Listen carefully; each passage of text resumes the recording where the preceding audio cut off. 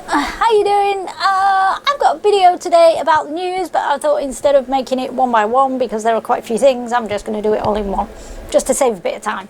So first we're going to go with Trump, who arranged 7 months ago for the killing of a top aide called Soleimani, who is Iranian. The Iranians quite rightly retaliated by hitting some American military bases in Iraq. Thankfully they didn't kill anyone, they just did a bit of damage. And Trump was there like, all is well! All is well. This is before you've assessed the damage to find out whether any of your men have been killed. Are you mad? Anyway, so that started tensions as it was. Pompeo said that Iran had committed an act of war by doing that. No. Trump committed the act of war by killing Soleimani. They were just retaliating. I am never going to side with the US on this one because it's bullshit. Okay? The US committed an act of war by killing this guy. They just retaliated, which they are perfectly within their right to do. And then, to make it all worse, later on there's this downing of the Ukrainian jet, which everyone said was also a retaliation to the Soleimani thing. No, it wasn't. It was an accident. I mean, yes, the tension between the two kind of probably resulted in this, but was it directly from it? No. They weren't doing it as retaliation. It was a complete accident. It was just some guy who completely screwed up, and thankfully he's been arrested. Some of his colleagues, they've been arrested as well. So that's been sorted. You know. Carrying on with Trump, yes, he's decided that the Middle East should join NATO. Right. Okay. Where do we go with this one? Well, for a start, the Middle East is not in the North Atlantic. The NATO stands for the North Atlantic Treaty Organization. Middle East is not in the Atlantic. In fact, some people were asked where the Middle East is. They were actually asked where Iran was on a map, and nobody got it right. 23% of people knew where it was, which quite frankly is not surprising because the educational standards in America are absolutely dreadful. They really, really are dreadful. The point being, we can't use the excuse that the Middle East is not in the North Atlantic, even though it's not, because neither are Greece, Italy and Turkey, and they are in NATO. Because the reason they were doing this is because they were all keeping an eye on the USSR. The USSR no longer exists, so this is not relevant anymore. The only thing I will say is that we've got enough of Turkey and Greece having spats. They don't like each other that much, and they're always having spats. So the last thing we need to do is bring the Middle East in it and make it worse. It's a really, really stupid idea. And NATO and me sound stupid anyway, to be honest. Okay, let's deal with this thing with Harry and Meghan. For goodness sake, let's get this out in the open, okay? Harry and Meghan have been bullied ever since Harry and Meghan got together by the Daily Mail, who are a bunch of racist bigots. You know, Kate would do something and they'd be like, oh yeah, that's cool. And then Meghan would do exactly the same thing and get ostracised for it. You know, it's just wrong, okay?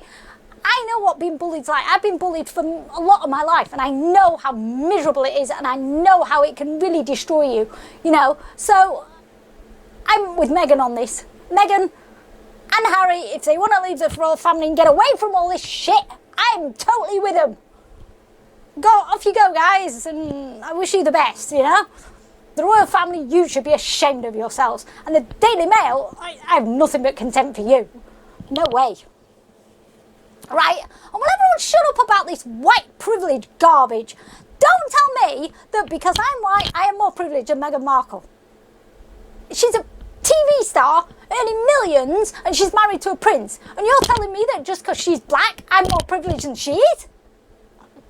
Shut the fuck up. Really? You know, I was raised on a housing estate with very little money. I'm now struggling to pay my mortgage, yeah? And Don and I, even though we're in a middle class house, we're not the most well-off people in the world. She is, and so is Harry. And you're trying to tell me that I'm more privileged than she is just because of my colour? I think not. This white privilege thing is nonsense. It's absolute nonsense. It's more of this virtue signalling, social justice warrior crap which you know I have no time for.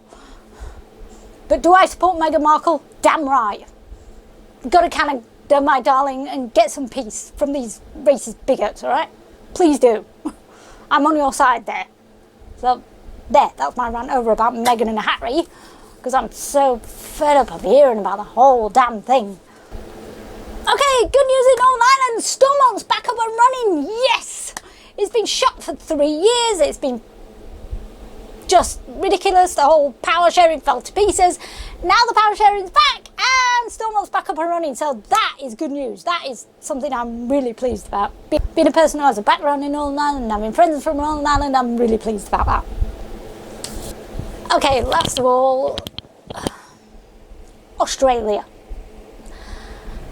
A few things I want to say about this. First of all, my condolences to anyone who lost family in the fires in Australia. It was horrendous. I'm so sorry. Right? Secondly, 1 million animals have died.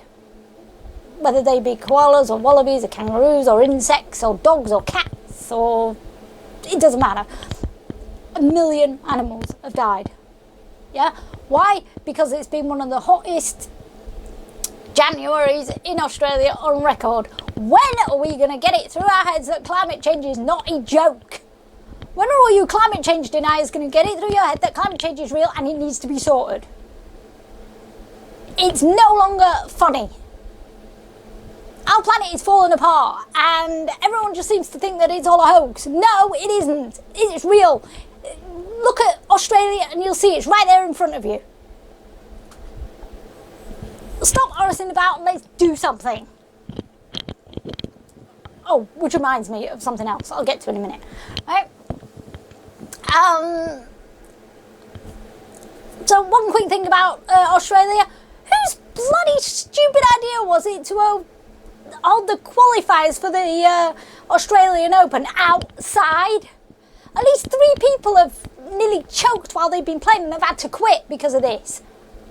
Take it inside or cancel it. In fact, the situation in Australia is so bad right now, I would suggest cancelling the Grand Slam altogether. But it makes too much money, so I suspect that it ain't going to happen, because obviously money is more important than people's lives.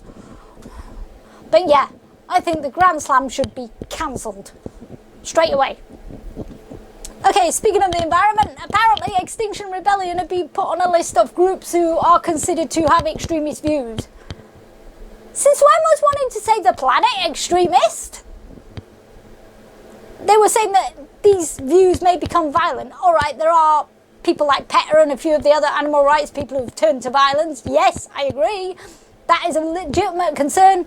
But calling them a terrorist group and calling them extremist, I think not. Come on. They're a damn nuisance, I'll grant you that, because they hold up traffic and they vandalise things. So yeah, they're definitely a nuisance. But a terrorist group, no, and no. So there are, there's a few things that have bugged me this week. When I've got some more news to talk about, I'll talk about it. Until then, I'll see you around. Bye-bye.